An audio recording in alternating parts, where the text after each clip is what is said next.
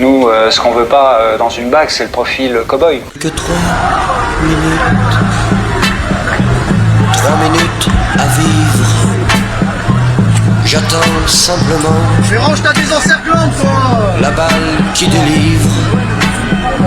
Ceux qui vont tirer, je ne sais rien d'eux. On m'a lié les mains et bandé les yeux. Je vois des images.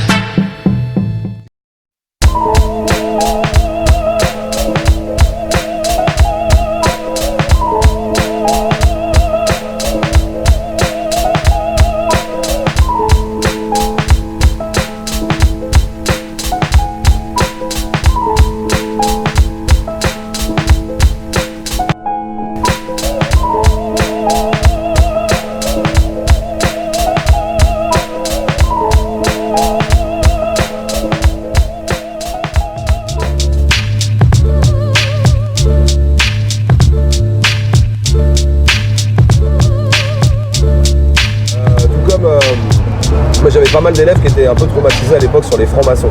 On m'en parlait tout le temps. Et je leur disais mais c'est rien en fait les francs-maçons, c'est juste des gens qui se rencontrent pour parler et y a rien, c'est juste des gens qui veulent parler tranquillement et ils veulent pas que ça sorte de là, mais c'est pas pour conquérir le monde, c'est juste pour manger des trucs. Hey Colbert, prends pas tous les apéricubes jambon. Manger des trucs et y a rien quoi en fait, faut se détendre avec ça. Il n'y a pas de volonté hégémonique de conquérir le monde ou de. Enfin voilà. Rien. En fait, j'essaie de leur expliquer que c'est rien. C'est juste des gens qui papotent en fait. C'est les gens qui ne sont rien. Quand je parle de ce genre de sujet, parce que je n'ai pas fait d'études là-dessus non plus, personne n'en a fait d'ailleurs.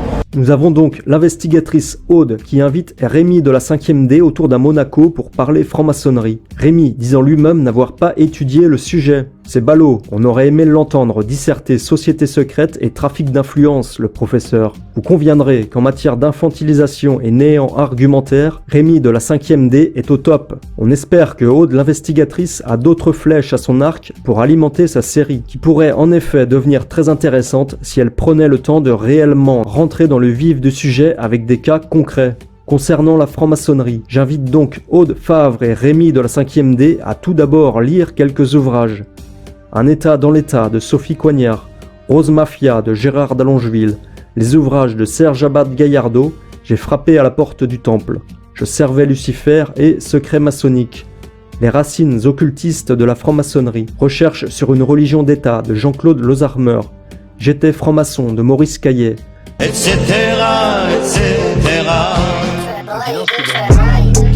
Le regard noir de Serge, c'est que des amis m'ont absolument tenu à ce que je rencontre une très haute personnalité maçonnique. Que je ne connaissais pas, je ne connais pas le nom et dont je crois que le nom est inconnu de tout le monde sauf peut-être des frères. Bon.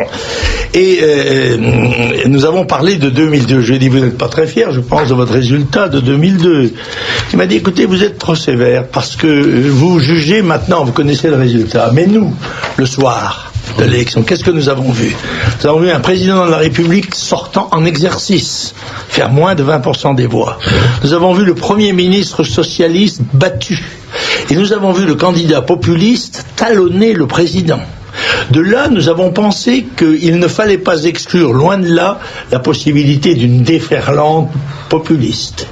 Elle ne s'est pas produite, je vous l'accorde, et tout a été fait pour qu'elle ne se produise pas. Je lui ai d'ailleurs dit, il m'a dit ça a dépassé nos espérances, parce que, et il m'en a donné l'explication.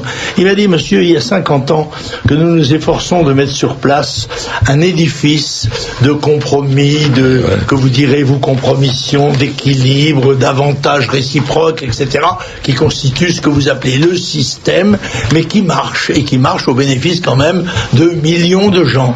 Et nous nous sommes dit que si le candidat populiste que vous étiez arrivait à président de la République, tout cet édifice s'écroulerait. Le Pen n'était pas digne d'éloge. Il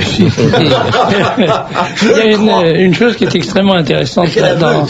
Oui, voilà ce que j'allais dire. Ça, c'est très intéressant qu'un dignitaire maçonnique dise oui, ben voilà, c'est vrai qu'on a monté toute cette opération parce qu'on avait peur. Oui, c'est ça. C'est ça. La première chose, ils avaient peur, sans doute. Mais cette fois-ci, ils l'ont monté. Cette fois-ci, vous m'avez posé la question.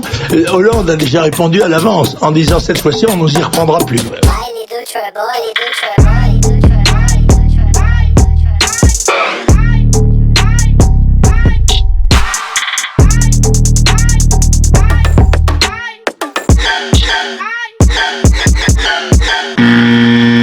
juste pour manger des trucs. Ah, c'est bon. Dis donc, il est bientôt 17h, tu m'as toujours pas parlé de quenelle. T'es malade? Oui, tu sais, tu m'accuses de parler de quenelle à toutes les sauces, d'être obnubilé, arc-bouté, recroquevillé sur les quenelles. D'avoir les quenelles chevillées au corps. Oui, bon, bah, pour résumer, tu parles quenelle, tu manges quenelle, je suis même sûre que tu dors quenelle, tu rêves quenelle. Ok, stop, comme tu voudras. Mais sache d'abord que pour moi, vivre quenelle, dormir quenelle, rêver quenelle, eh bien, ça n'est pas une insulte. Oui. Petite quenelle. En fait, je pense que tu es envoûté. On t'a jeté un sort. Non, mais il va falloir aller voir un marabout. C'est la seule solution, hein. Faut te faire décanaliser d'urgence. J'ai faim. Là, mais c'est pas pour conquérir le monde, c'est juste pour manger. Les quenelles. Il y a rien quoi en fait, faut se détendre avec ça. Hier soir, j'ai eu un moment de trouble. J'étais au restaurant, on m'apporte la carte et il y avait marqué quenelle. Et je me suis dit, est-ce que j'ai le droit d'en commander?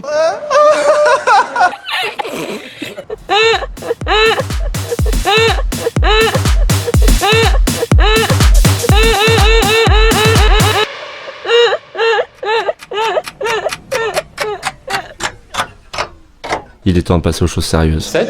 En 2008 arrive la crise des subprimes.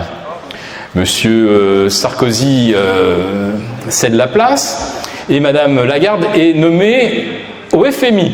Et là, paf, crise grecque. Et le fameux scénario de Chypre où on confisque l'argent sur les comptes. Et donc là, elle vient d'être nommée à la BCE, donc je dirais jamais 203. Qu'est-ce qui nous attend? Le petit bout de camembert ici, logement plus gaz, électricité, eh bien, on découvre, vous allez découvrir que c'est 15% de votre budget. Qui consacre aujourd'hui 15% de son budget pour se loger, se chauffer et faire cuire ses aliments? Ben, pour l'INSEE, c'est 15%, voilà, ça se discute pas, c'est comme ça. Et bah oui, effectivement, les transports, c'est-à-dire l'essence que vous mettez dans la voiture, ça compte aussi pour 15%. Très bien. Voilà. Circuler, il n'y a plus rien à voir. Très bien. Voilà. Pour faire une victime facile, faut un gouvernement débile, un petit dictateur qui te prend bien la tête et un salut nazi pour bien faire la fête. On va nous censurer et nous foutre dans une boîte. Danse les quenelles, on va nous censurer et nous foutre dans une boîte. Danse les quenelles. Moi je suis pas un casseur monsieur, je suis un gilet jaune. Je voulais juste vous dire, voilà ce que j'ai vu à Saint-Lazare. Une dame de 88 ans, une Française, qui a travaillé toute sa vie, j'ai donné 10 €. 88 ans, ça pourrait être ma grand-mère. Aidez-moi à manger, 88 ans, à pleurer. 10 ans, voilà ce que tu fais Macron. Mais jamais on baissera les bras. On est des Gaulois, espèce d'ordure. Jamais on les baissera les bras. Tu donnes 7 chauffeurs à ta femme, 450 000 € de salaire par an. Tu te prends pour qui? Moi je travaille sur les chantiers tous les jours, espèce d'ordure. T'es qu'une merde. Les députés français ont adopté ce mardi le très controversé accord de libre-échange signé entre l'Union européenne et le Canada.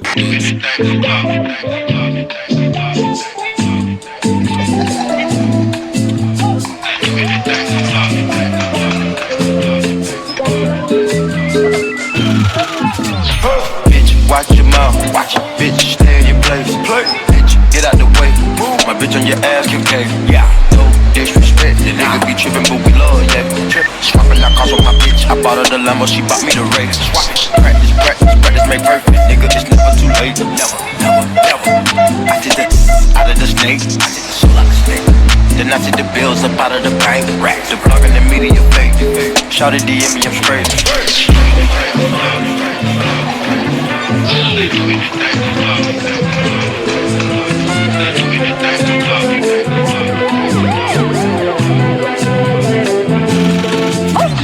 Vous avez parlé d'attentat pour qualifier ces dégradations de cette permanence? Là, vous savez, le principe de l'attentat, c'est de préparer l'acte. Et je pense que ce qui fait peur, c'est qu'il y a une partie de la population qui n'est plus manipulable.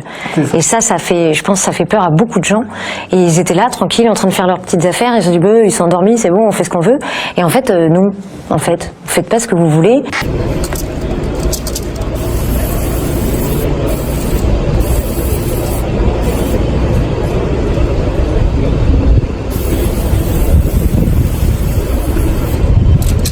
On a du mal un peu à lire exactement ce qu'ils ont mis. Bon, là, ça va, ça. Mercosur, oui. Là, c'est particulièrement grossier. C'est sur la porte encore et sur ma plaque et là devant. C'est un coup de massue. Ça fait ma 7e plainte depuis le mois de décembre. Si je vous dis 2 jours de présence depuis le 21 juin, 0 amendement, 0 signature, 0 rapport, 0 intervention, à quoi vous pensez? Vous pensez à qui? Je pense tout simplement, ça c'est le compte rendu que vous pouvez trouver sur internet de l'activité de députée Madame Claire Aupetit, qui est GG actuellement. Donc vous savez quoi? Moi je pense que ça, c'est tout simplement une grosse feignasse. Merci, je vous souhaite une bonne journée. Ben voilà. Mais pas d'affaire d'État pour toi. Pas plus que pour Benalla, pas plus que pour...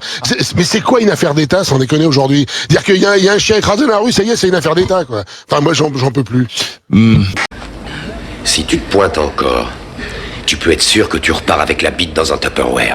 De la mort de Steve, évidemment, les zones d'ombre restent présentes dans le rapport, notamment de l'IGPN. On sait que les personnes qui étaient présentes lors de cette fête de la musique n'ont pas été interrogées, puisqu'il s'agit d'une enquête administrative et non pas judiciaire. Pour continuer à commenter donc ces images en direct, on voit donc les CRS répondre aux manifestants toujours présents. CRS aussi, toujours les CRS évidemment aussi toujours présents et fatigués évidemment après cette... Samedi après samedi, les plaintes pour violences policières s'empilent sur les bureaux de l'IGPN. 240 dossiers sont actuellement traités par la police des polices. 60 enquêtes ont été bouclées et transmises à la justice, mais aucune n'a fait l'objet d'une décision pour l'instant.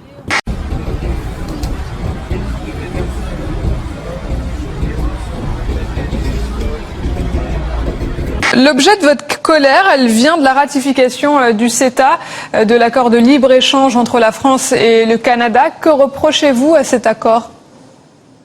Cet accord, c'est qu'ils ne produisent pas les mêmes standards que nous. On nous demande de produire en France. Quand on nous interdit de nourrir nos animaux à la farine animale depuis 2002 et qu'on va rentrer des viandes qui sont nourries à la farine animale. Moi déjà d'une part, ça je trouve ça inadmissible. On ne sait pas du tout tout le monde nous dit oui c'est protégé, c'est de la même production que nous, mais nous on n'est pas sûr. Personne peut nous le prouver que ça va être contrôlé comme nous on est contrôlé ici en France. Alors qu'on prône la qualité, la bonne bouffe et tout ça en France et on va nous faire rentrer. On ne sait pas quoi. Moi, comme j'ai précisé l'autre jour, mais ça a mal été compris par un député de la Vienne qui ce matin a annoncé publiquement qu'on était d'accord avec ce CETA. Moi, j'ai jamais vu un agriculteur qui était d'accord avec ce CETA. Déjà d'une part, j'ai dit qu'on était d'accord pour faire des échanges à condition que ce soit sur les mêmes pieds d'égalité. Voilà. Donc ça, je n'en démordrai pas. Les échanges entre les pays, il en faut pour l'économie d'un pays, mais à condition que on soit tous sur le même pied d'égalité. Nous, on nous interdit beaucoup de choses, les hormones, la farine animale, et alors c'est autorisé partout et on va nous rentrer de la viande comme ça. Pour moi, aujourd'hui, le Parlement, je me demande si il s'inquiète de l'agriculture en France, sincèrement. Et quand on voit encore l'annonce qui a été faite au niveau de l'Europe, il y a vendredi soir dernier, entre Donald Trump et Monsieur Juncker, je peux vous dire que c'est très inquiétant. Hier soir, on avait une réunion au bovin viande. Les éleveurs sont en train de se demander, ils vont dire nous on va vendre tous les troupeaux. Et quand vous écoutez 40 éleveurs qui vous disent on vend tous les troupeaux, on arrête, on fait que du blé, les députés, il va falloir qu'ils viennent leur expliquer le pourquoi du comment.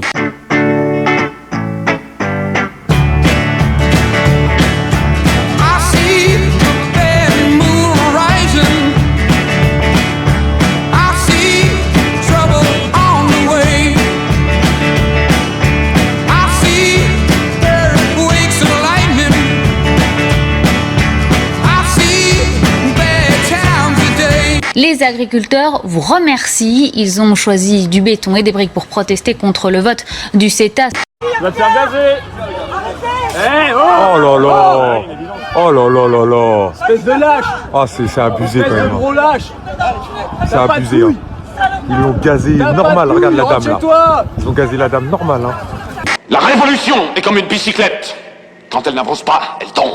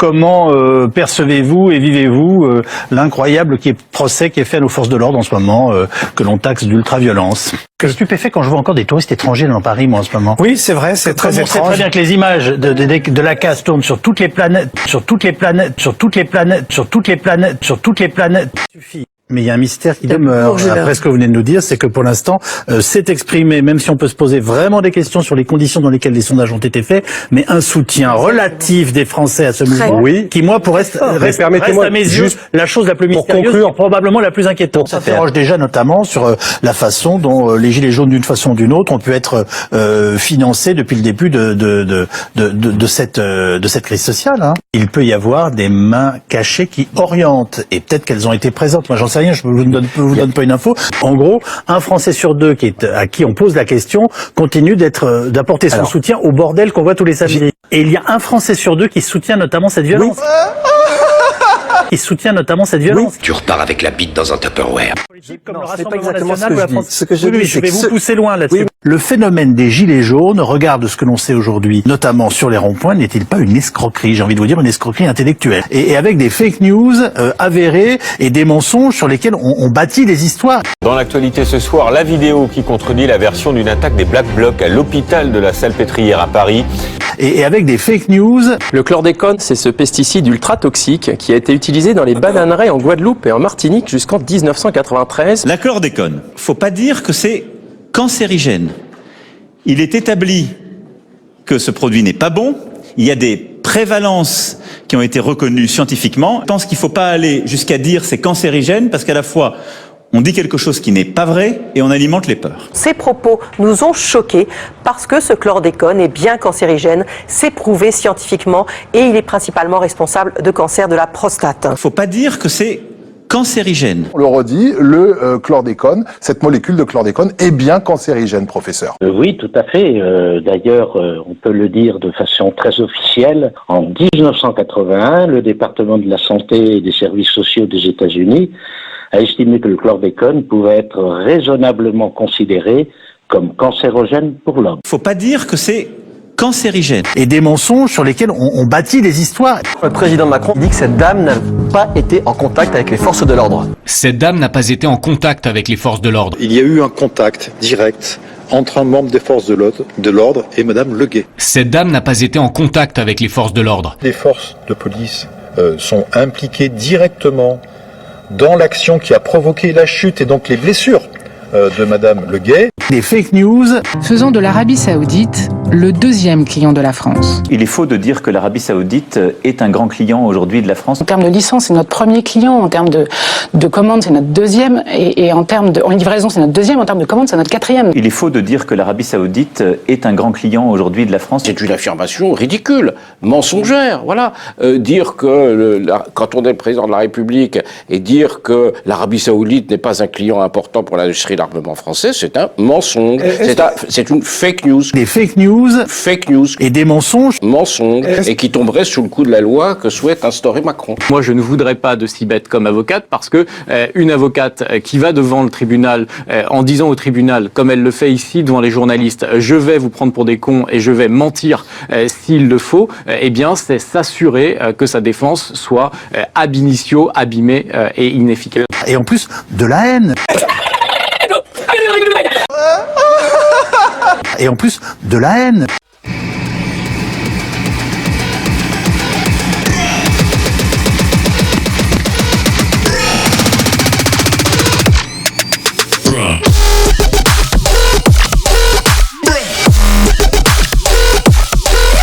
Tous les journalistes sont taxés de privilégiés, incapables de comprendre leurs problèmes et à la limite méprisant une partie du peuple français. C'est pas le cas du tout. Enfin, moi, ça, notamment sur les ronds-points, n'est-il pas une escroquerie? C'est pas le cas du tout. Enfin, moi, ça, tous les journalistes sont une escroquerie, méprisant une partie du peuple français.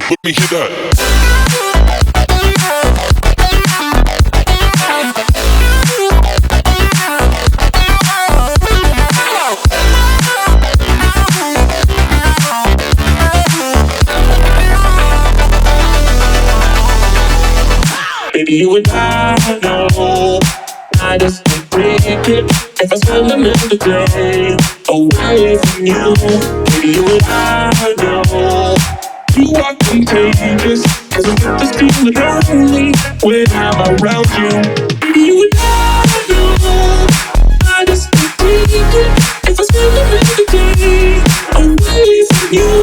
Baby, you and I know you are contagious, cause I get this feeling lonely when I'm around you. Des fake news avérées et des mensonges. Aujourd'hui, vous leur dites, vous travaillerez plus, vous êtes des feignants, vous travaillez moins que vos voisins. C'est surprenant parce que les chiffres dont moi je dispose, Eurostat 2018, en matière de temps de travail, la France est en 3e position, derrière la Grande-Bretagne et l'Espagne. Est-ce que c'est ça le message que vous envoyez aux Français? Game over. Alô, Rosa Maria, agora vou lhe mostrar. Carimbó com ciranda, vamos todos cirandar. Alô, Rosa Maria, agora vou lhe mostrar. Carimbó com ciranda, vamos todos cirandar. Olé, olá, vamos todos cirandar. Olé, olá, cada com o seu par. Olé, olá, vamos todos cirandar. Macron, démission.